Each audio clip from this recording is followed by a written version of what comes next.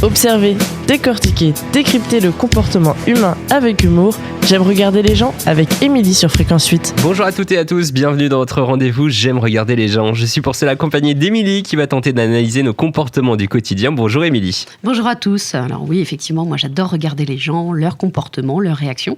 Et ce que j'aime le plus, ce sont les habitudes qui me sont totalement étrangères, incomprises.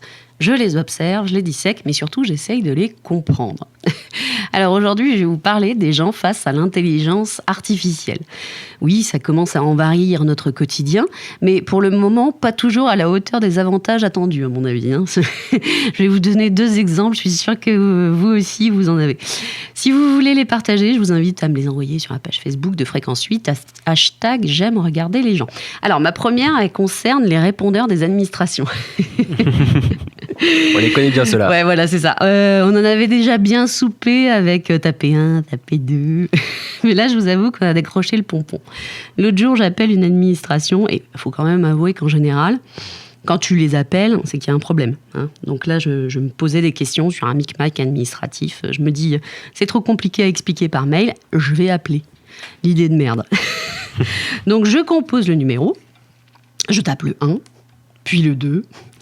Et là, il y a une jolie voix métallique qui me dit « Veuillez exprimer clairement votre demande en quelques mots. » Putain, j'y avais pas réfléchi avant.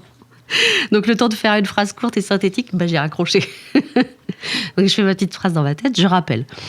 Je tape le 1, puis le 2, et je prononce le résumé approximatif de mon problème. Et là, elle me dit « Je n'ai pas compris votre demande. » Oh putain, là déjà, j'étais usée. Il a fallu que je m'y reprenne à 3 fois et au final dire un truc complètement bateau qui n'avait pas grand-chose à voir en fait avec mon problème pour pouvoir obtenir le Saint Graal. Parler à une personne. Putain, c'est Fort Boyard les répondeurs.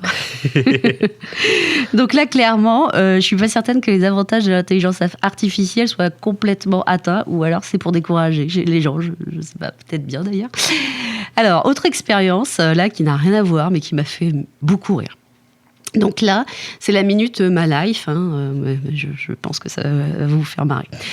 Je retrouve un t-shirt chez moi avec plein de trous, genre rongés.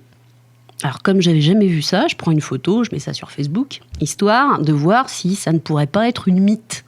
Bien des mythes, Donc, je mets sur Facebook, les amis répondent rapidement qu'effectivement, une mythe peut faire ce genre de truc. Moi, je réponds « Ah, la salope, comment je vais faire pour m'en débarrasser ?» Donc là, les conseils fusent, clou de girofle, lavande, thym. Je me dis « Cool, j'ai de l'huile essentielle de lavande. Putain, je crois qu'on a perdu la moitié des auditeurs, accrochez-vous. Je vous assure, ça vaut la peine. » Donc, j'ouvre une bouteille de lavande, je la mets comme ça direct dans l'armoire. Toute ouverte.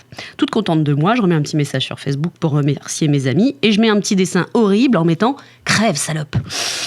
Eh bien, accrochez-vous bien. Le lendemain matin, j'avais un message de Facebook qui me dit que mon commentaire ne répond pas à la charte contre le harcèlement. J'étais bidonnée. Mais les gars, on parle d'une mythe. Donc, soit le robot modérateur de Facebook est complètement con Je confirme. Et distingue pas le contexte, et donc ça sert à rien, forcément. Soit il est géré par l'APM, l'Association de protection des mythes. Quand je pense qu'on voit parfois des gens totalement harcelés sur les réseaux sociaux ou que certains se battent pour faire retirer des photos pas toujours flatteuses d'eux pendant des mois sans grand succès, ça me fait bien chier qu'on s'intéresse autant à la protection des mythes. Là, le monde est perdu, ma bonne âme. Oui, le monde est perdu. Merci Émilie.